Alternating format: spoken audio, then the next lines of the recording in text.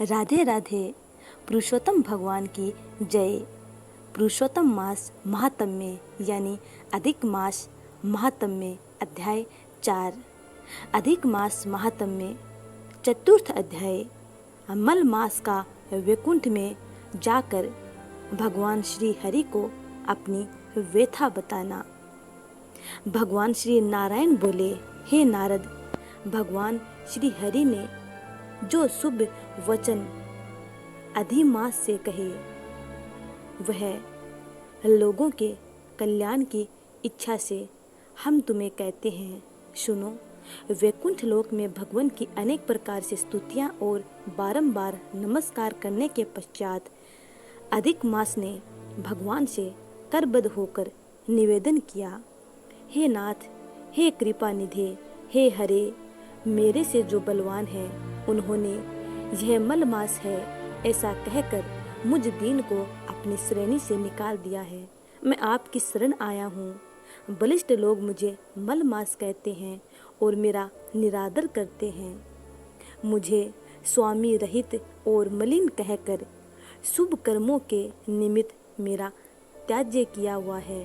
हे दीन वत्सल भगवान, कंस की कोपअग्नि से जिस प्रकार आपने वसुदेव की पत्नी देवकी को सुरक्षित किया, आप वैसे मेरी रक्षा क्यों नहीं करते। यमुना में कालिया नाग के विष से गो चराने वालों तथा पशुओं की आपने जैसे रक्षा की, वैसे हे दीन बंधु, आप मुझ शरणागत की रक्षा क्यों नहीं करते।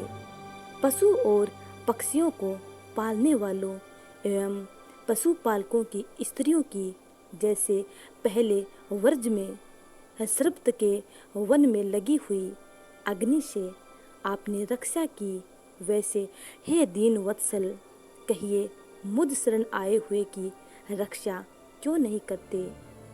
जैसे आपने जरासंध के बंधन से राजाओं को मुक्त किया, ग्राह के मुख से जिस प्रकार गज को मुक्ति दिलाई, उसी प्रकार शरण में आए हुए मुझ दीन की रक्षा क्यों नहीं करते। अपने स्वामी देवता वाले मासों द्वारा शुभ कर्म में वर्जित मुझ स्वामी रहित को देखते ही आपकी दयालुता कहाँ चली गई और आज यह कठोरता कैसे आ गई। इस प्रकार भांति भांति से मल मास भगवान से विनती कर रहा। श्री नारायण बोले, इस प्रकार भगवान को कहकर स्वामी रहित मल मास आंसू बहाता मुख लिए जगतपति के सामने चुपचाप खड़ा रहा। उसको रोते देखते ही भगवान शीघ्र ही दयाद्र हो गए और पास में खड़े दीन मुख मल मास से बोले। श्री हरि बोले, हे वत्स, तुम अति शोकाकुल हो। यह महान शोक जिससे तुम व्याकुल हो कौन सा है। तुम अब शोक को त्याग दो, क्योंकि यहाँ आकर महादुखी नीच भी शोक नहीं करता। फिर तुम कैसे यहाँ आकर शोक में मन को दबाए हुए हो। जहाँ आने से न शोक होता है, न कभी बुढ़ोती आती है, न मृत्यु का भय रहता है। यहाँ हमेशा नित्य आनंद रहा करता है। इस प्रकार के वैकुंठ में आकर तुम कैसे दुखित हो। तुमको यहाँ पर दुखित देखकर वैकुंठवासी बड़े विस्मय को प्राप्त हो रहे हैं।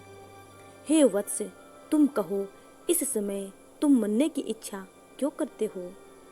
श्री नारायण बोले, इस प्रकार भगवान के वाक्य सुनकर बोझा लिए हुए आदमी जैसे बोझा रखकर श्वास पर श्वास लेता है, इसी प्रकार श्वासोश्वास लेकर अधिक मास मधुसूदन से बोला।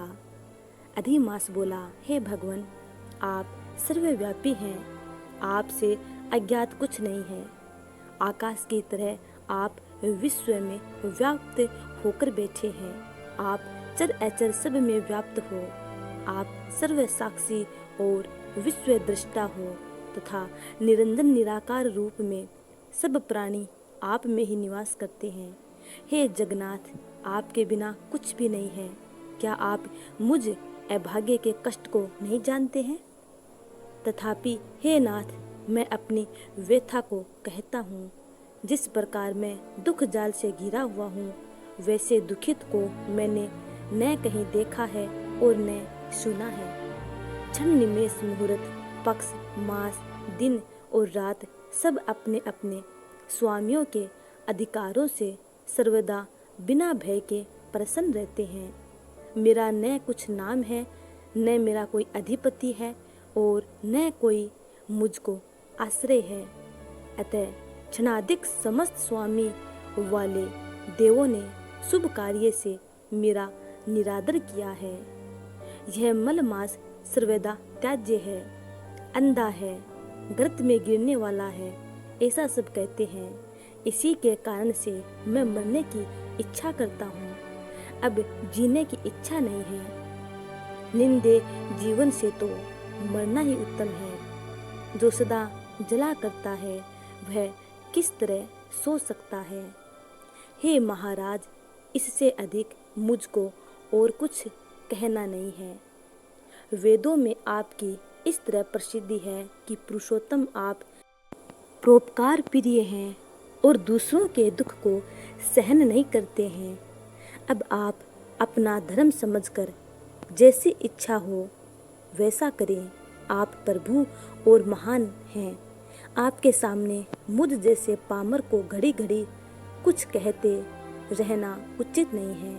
मैं मरूंगा, मैं मरूंगा, मैं अब न जीऊंगा, ऐसा पुनः पुनः कहकर वह अधिमास, हे ब्रह्मा के पुत्र, चुप हो गया और एकाएक श्री विष्णु के निकट गिर गया।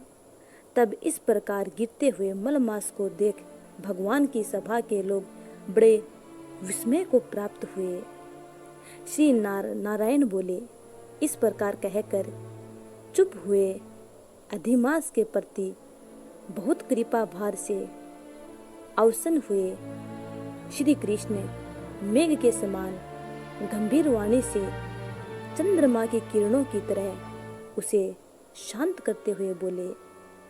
सूत जी कहते हैं, हे विप्रो, वेद रूप रिद्धि के आश्रित नारायण का पापों के समूह रूप समुद्र को शोषण करने वाला बड़वा नल अग्नि से समान वचन सुनकर प्रसन्न हुए नारद मुनि पुनः आदि पुरुष के वचनों को सुनने की इच्छा से बोले।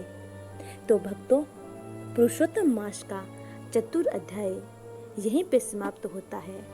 पंचम अध्याय का इंतजार करना। यदि कथा अच्छी लगी है तो लाइक कर देना, चैनल को सब्सक्राइब कर लेना, आने वाली वीडियो का इंतजार करना। तब तक के लिए राधे राधे।